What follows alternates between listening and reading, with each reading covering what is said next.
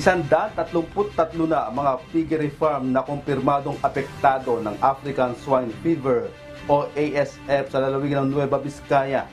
Nagdeklara na ng state of calamity ang pamanampalalawigan nitong October 16 matapos i-anunsyo ng Provincial Veterinarian na umabot na sa halos 1,300 baboy ang tinamaan ng ASF sa naturang probinsya.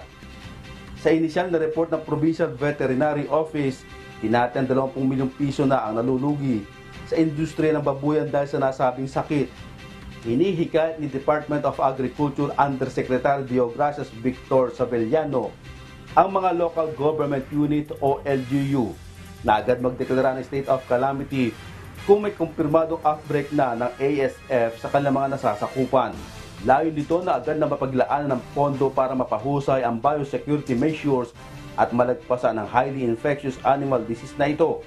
Kailangan din ng agarang tulong para makapagsagawa ng fogging operations, paglalagay ng foot bath at sterilization para mapigilan ang hawahan sa mga karatig pang-piggery. Bukod sa Nueva Vizcaya, may mataas din kaso ng ASF sa mga bayan ng Kahidyokan at San Fernando sa Romblon, Sibuyan Island.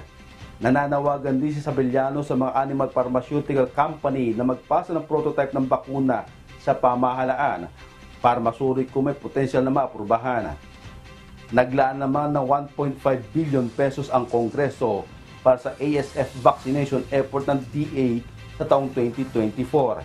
Pero sapat lamang pa sa 20% populasyon ng mga baboy sa bansa.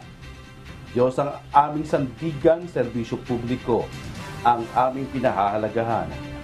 Jerry Galicia, humahataw.